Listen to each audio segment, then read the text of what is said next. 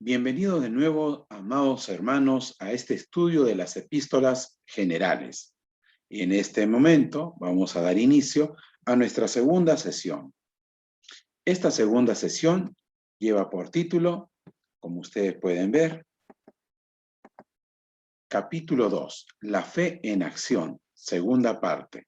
Vamos a tocar en esta oportunidad, en la sesión número 2, Santiago capítulo 3, versículo 1, hasta Santiago capítulo 5, versículo 20. Gloria a Dios. Por ahí alguien dijo que si Santiago se pudiera colocar un polo, ¿qué diría ese polo? Pues por ahí muchos dicen que el polo diría, muéstrame tu fe. Y le diría a todos los cristianos, a cada uno de nosotros, muéstrame tu fe. Suena curioso, suena bastante risible lo que les estoy diciendo, pero es la verdad, ¿no?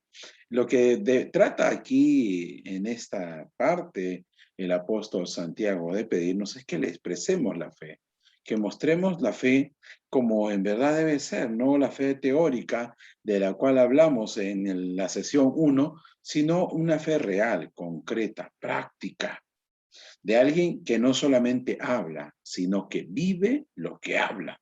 Ese es el tipo de cristiano al cual nosotros debemos aspirar ser, amados hermanos. Empezamos entonces con este esquema, ¿no? Acerca de el doble ánimo y constante, ¿ya? Y el resuelto. Por un lado podemos ver que respecto a la oración hay algunos que piden ayuda, ¿ya? Y por otro lado hay quienes piden, creen y confían en Dios. Ese es el lado bueno. Ese es el lado en el cual nosotros debemos estar, ¿no? Pero a veces nos cuesta poder estar en ese lado, mis amados hermanos. Continuamos entonces. El segundo punto está aquellos con respecto a la tentación que culpan a Dios por las tentaciones. Sin embargo, la actitud real y verdadera sería culpar a la carne por los deseos malvados, es decir, culparnos a nosotros mismos y reconocer que Dios nos va a dar todo lo bueno. De Dios proviene siempre lo bueno y lo correcto. Respecto a escuchar y hacer, la persona de doble ánimo, el inconstante, el poco sincero, habla y se enoja rápidamente. Escucha y a la vez no obedece. Pero el hombre de Dios, el hombre constante, resuelto, sincero, es lento para hablar, lento para irarse, estudia la palabra y la obedece. Gloria a Dios. Respecto al favoritismo, por un lado están aquellos que muestran favor a ciertas personas, pero el verdadero hijo de Dios debe ser imparcial y amar a todos por igual. Respecto a la fe y las obras, el hombre de doble ánimo afirma que tiene fe, pero carece de buenas obras. Sin embargo, respecto a la fe y las obras, el hombre sincero, el verdadero hijo de Dios, es como Abraham y como Ruth, muestra la fe con sus buenas obras. Respecto a la lengua, el hombre y la mujer de doble ánimo hablan demasiado. Sigue la contención en el corazón, los celos, maldice, calumnia y también se jacta de que es dueño de su destino, de su futuro. Pero sin embargo nosotros somos prontos para oír y tardos para hablar. Mantenemos un estricto control sobre nuestra lengua y con respecto al futuro, siempre añadimos que si es la voluntad de Dios, para procurar nunca quejarnos. El tema de las dos clases de sabiduría en el lado del doble ánimo muestra valores mundanos, con los celos, la contención, la jactancia, las peleas. El hombre y la mujer de Dios muestran sabiduría divina, con buenas obras, hechas con humildad. Siembran en paz para cosechar, ¿qué cosa? Justicia. Gloria a Dios. Respecto al estilo de vida, el hombre y la mujer de doble ánimo engañan a otros y solo viven para el placer. En cambio, el Hijo de Dios es paciente, evita las quejas, los juramentos, es honesto, ora, canta, se arrepiente, lleva a los extraviados de nuevo ¿a dónde? A la verdad. Qué bien que están estos valores. Son valores que todos nosotros deberíamos imitar, copiar, procurar seguir en nuestra vida diaria, mis amados hermanos. Por eso, no nos cansemos nunca de hacer lo bueno, no nos cansemos nunca de hacer lo correcto. Continuamos entonces y ahora nos dirigimos a este punto. ¿Cómo domar la lengua? ¿Cómo dominar la lengua? ¿Cómo controlar la lengua? ¿Qué nos dice aquí Santiago? Que hay que recordar que cuanto más hablamos, más vamos a tener que explicar. Y en el caso de los que somos ministros del Señor, líderes, maestros, la responsabilidad que hay sobre nosotros es mayor. Cuanto más grande sea nuestro cargo, más seremos responsables de todo lo que decimos, de cada palabra que decimos. Por eso seamos cuidadosos. Nos pide Santiago ser cuidadosos, no ser tan fáciles para hablar. Dominemos nuestras palabras porque estamos en observación de todos. Nos pide también Santiago que recordemos que la lengua es un miembro pequeño con una gran y nefasta influencia. No sé si les ha pasado a ustedes, ¿no? Santiago aquí utiliza algunas figuras, algunas ilustraciones que nos pueden servir. La lengua, dice él, es como el freno que tiene el caballo, ¿no? Es el freno que el jinete utiliza para controlar a un caballo. La lengua, dice también Santiago en su ilustración, es como un timón pequeño, que aunque es pequeño puede dirigir a un gran navío. Y la lengua también añade, es como un pequeño fuego que puede desatar un gigantesco incendio y destruir todo a su paso, inclusive un bosque. Recordemos, nos pide Santiago también, que ningún ser humano puede domar la lengua sin la ayuda de Dios. ¿Cuál es el problema aquí? Santiago contrasta la lengua con las criaturas que el hombre puede domar. Los hombres hemos domado a los leones, los tigres, los osos, los elefantes. Hemos domesticado perros, gatos, pájaros y peces. Pero lamentablemente, el problema grave es que aunque hemos dominado, domado y controlado a las bestias, no podemos dominar y controlar nuestra lengua. ¿Cuál sería la solución a este problema tan franco y sincero que plantea Santiago? Pues la solución, Santiago dice que ningún hombre puede domar la lengua salvo aquel que ha creado al hombre. Esto es Dios. Solamente Dios puede ayudarnos a dominar nuestra lengua y eso lo hace a través del fruto del Espíritu Santo, el cual nosotros debemos procurar tener constantemente en nuestra vida. Santiago también nos dice que debemos recordar que si el corazón está bien, la forma de hablar que tengamos también estará bien. Porque es del corazón y desde el corazón que sale y emana todo lo que tenemos, nuestros pensamientos, nuestros buenos deseos. Es como, el corazón es como un pozo, esos pozos antiguos, en los cuales la gente lanzaba cubeta para sacar agua. Y si ese corazón está limpio, lo que saldrá está limpio. Pero si ese corazón está sucio y lleno de pecado, pues definitivamente nada bueno va a salir del corazón. Entonces recordemos estos puntos respecto a la lengua y al poder que tiene. Solo podemos frenarlo con la ayuda del Espíritu Santo. Y todo aquel que no pueda controlar su lengua es porque definitivamente tiene serios problemas en su corazón.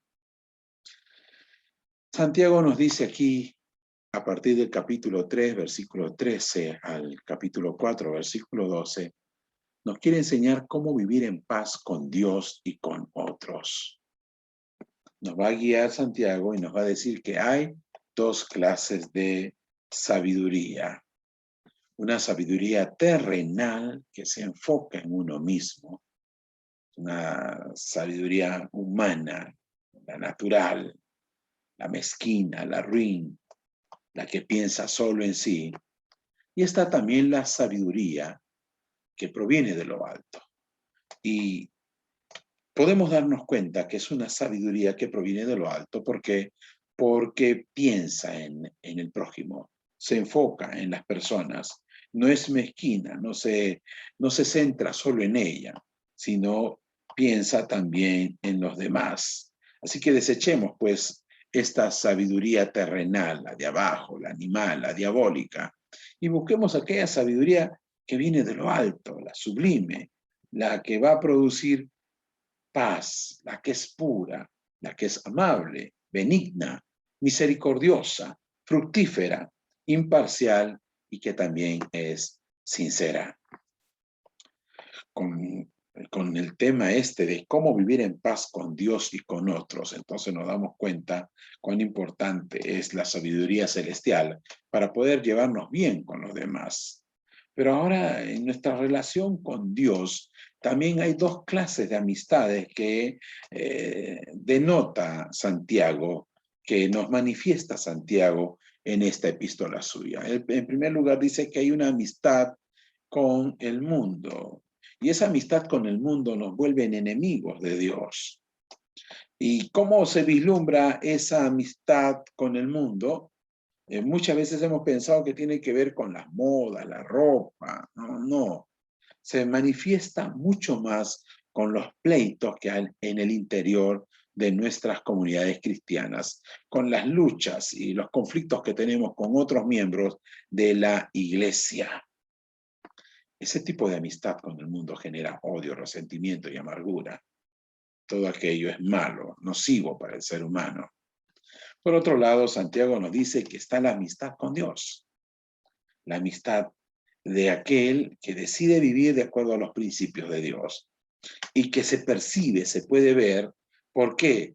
Porque busca solucionar los problemas que hay en la iglesia.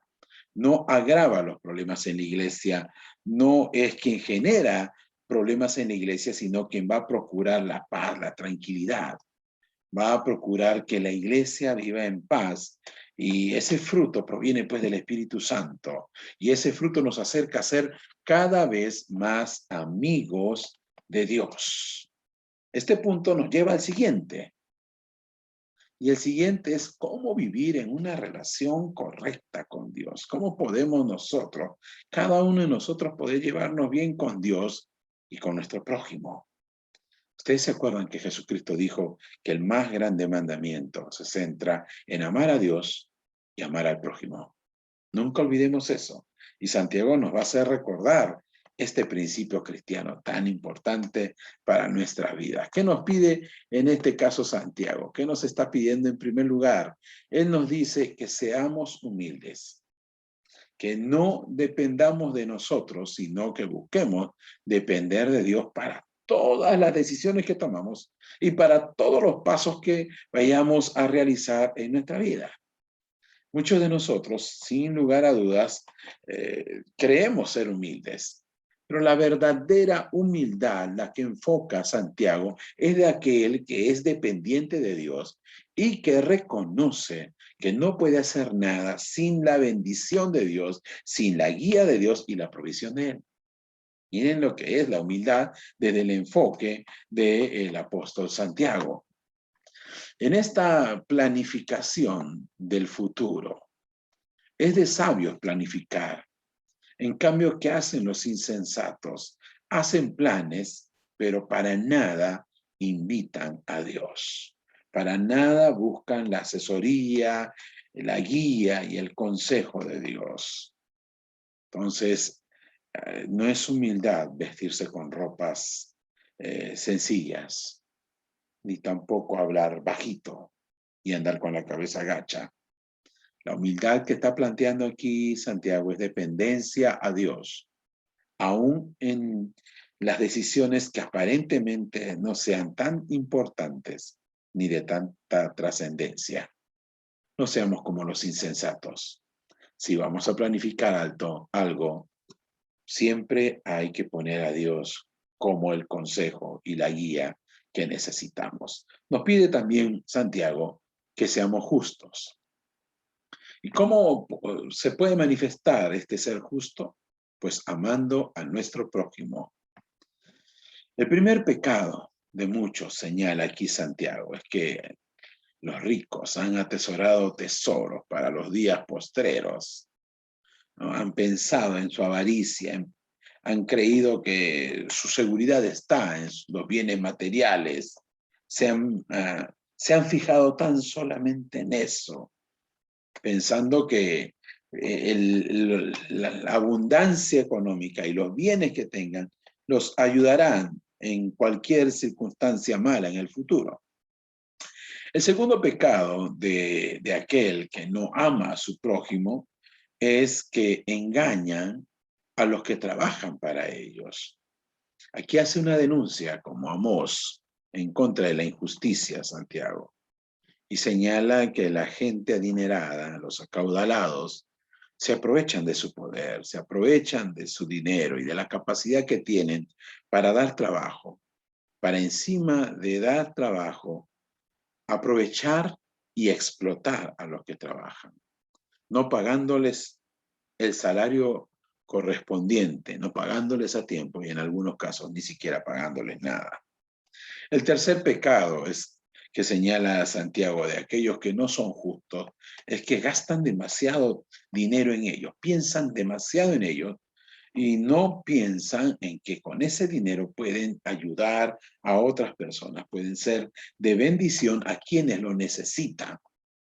Son personas egocéntricas, son aquellos amadores de sí mismos que piensan mañana, tarde y noche solo en ellos. El cuarto pecado es que abusaron de su poder e influencia, condenando y mandando al asesinato a los inocentes.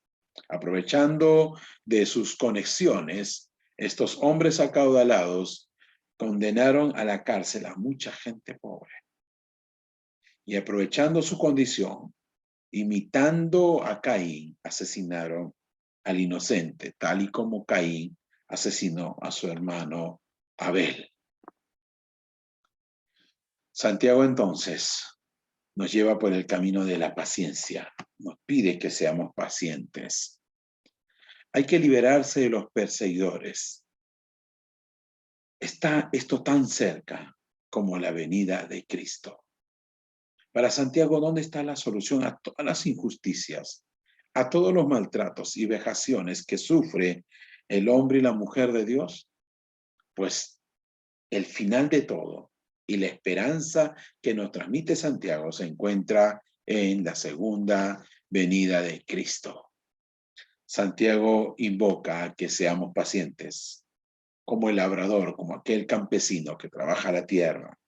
Sabe que el fruto no vendrá mañana, ni la siguiente semana, ni el siguiente mes, sino que espera con paciencia la temporada en la cual lo que él ha sembrado pueda cosecharse. Esa misma paciencia pide Santiago que la tengamos nosotros, que podamos dominarnos y ser pacientes, imitar a este labrador para estar cautelosos y no desesperarnos, y a su tiempo recibiremos aquella bendición, aquel beneficio que tanto hemos anhelado. Santiago también dice que seamos tan pacientes como un profeta, como los profetas todos sufrieron, todos, absolutamente todos. Todo profeta sufrió oprobio, maltrato, humillaciones. Santiago nos pide que seamos como ellos. Pensemos en los profetas, en Elías, en Isaías y sobre todo en este profeta Jeremías, quien sufrió muchos años por el simple hecho de decir aquello que Dios colocaba en su boca. Y por último también, respecto a la paciencia, Santiago nos pide que imitemos a Job. Creo que no hay un personaje que pueda ilustrar tan majestuosamente la paciencia como es Job, quien de la noche a la mañana lo perdió todo. pero igual fue paciente. No siguió el consejo de aquellos que le incitaban a renegar de Dios y a maldecir a Dios. Y al final, así como de la noche a la mañana perdió todo, también Dios le retribuyó todo aquello que había perdido y mucho más. Porque Dios sabe, hermanos míos, retribuir a aquellos que confían en Él contra todo pronóstico. ¿Cómo orar y cuándo orar? Y está terminando ya esta parte de nuestro estudio de la epístola de Santiago. Empieza esta parte con claves. Hay claves que Santiago nos va a dar para tener una oración lo más efectiva y poderosamente posible. Y a ver, vamos a empezar. La primera clave, clave 1 de la oración. Haga de la oración un hábito, no solamente en los tiempos malos, sino también en los buenos tiempos. Empieza Santiago diciendo que debemos orar a Dios en todo tiempo malo, ¿cierto? Y eso es cierto, ¿no? Debemos nosotros procurar orar a Dios en todo tiempo. Y bueno, si estamos acostumbrados a orar a Dios en todo tiempo, no nos será difícil orarle a Él en tiempo bueno y en tiempo malo. Pero también nos invita a que cantemos a Dios en todo tiempo, en tiempo bueno y en tiempo malo. Aquí hay como una especie de posición, ¿no? Cuando el tiempo es malo, orar. Cuando el tiempo es bueno, cantar. Entonces, el creyente siempre está buscando congraciarse con su Creador y permanecer en contacto con Él. La segunda clave que nos comparte Santiago es reclute a otros para que oren con usted. Orar en grupo siempre es beneficioso. Compartir la carga es maravilloso. Las personas enfermas deben buscar al doctor, que es Cristo, y deben buscar ayuda. Muchas veces están esperando que el pastor sea quien los busque, cuando debe ser al contrario, ¿no? Es el enfermo el que debe buscar ayuda. Aquellos hermanos que se encuentran mal son los que deben de inmediato buscar ayuda en los líderes de la iglesia. El enfermo debe llamar a los ancianos para que oren por él. ¿Quiénes son los ancianos? Pues son el pastor, los diáconos, los líderes eminentes de la iglesia. Y añade Santiago que la oración de fe sanará al enfermo. Tengamos bien en cuenta esto, que nuestra oración debe ser una oración de fe, una oración creyendo en que Dios va a sanar. No nos corresponde a nosotros juzgar si es que Dios lo va a sanar o no. A nosotros lo que nos corresponde es orar para que Dios lo sane. Esa es la parte que nos corresponde a cada uno de nosotros. La tercera clave de la oración, Santiago nos dice, recuerde que la oración poderosa, ¿de qué depende? Depende de tener una vida correcta delante de Dios. Santiago reconoció que algunos estaban enfermos debido a ¿qué? Debido al pecado. No es una regla.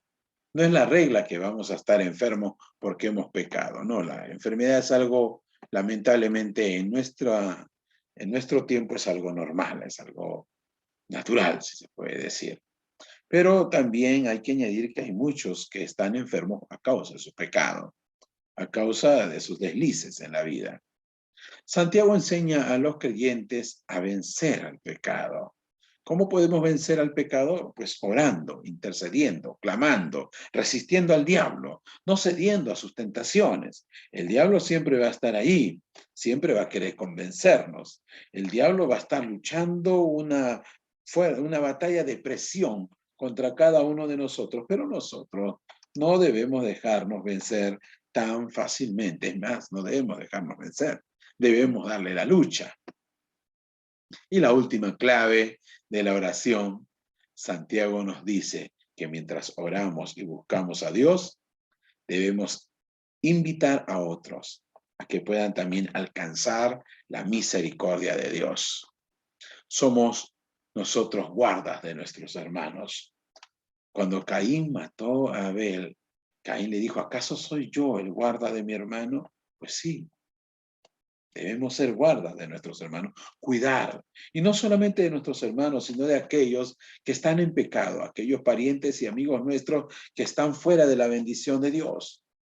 Y procurar de que ellos alcancen la misericordia de Dios lo más pronto posible. Cuando un hermano o hermana se alejan de la verdad, pues a nosotros, ¿qué nos queda? Orar por ellos y orar por ellos. ¿Saben? La única manera de que cada uno de nosotros podamos ganar al mundo es perseverando en oración y evangelizando. En un lado estamos orando y en el otro también estamos haciendo algo importante, ganar al mundo para Cristo. Amados hermanos, estamos terminando nuestra sesión número 2 y agradecemos a Dios por el hecho de que ustedes ya concluyeron la sesión 1 y están ahora acabando la sesión 2. No se olviden desarrollar el cuestionario. Para desarrollar el cuestionario, para responder las preguntas del cuestionario, mi consejo es que lean primero el material escrito que se ha compartido en la página. Léanlo una y otra vez. No es muy extenso. Léanlo y una vez que estén completamente seguros de haber guardado la información, enfréntense a la evaluación. Son 10 preguntas muy sencillas y que son para marcar. A los grupos, aquellos que ya tienen sus grupos para su investigación de las biografías del apóstol Santiago, del apóstol Pedro y de Juan, pues ya vayan reuniéndose, ya vayan coordinando, no esperen el último tiempo. De mi parte, el pastor Hugo Barahona se despide. Dios los bendiga. Nos vemos en la sesión número 3 el día lunes. Dios los bendiga.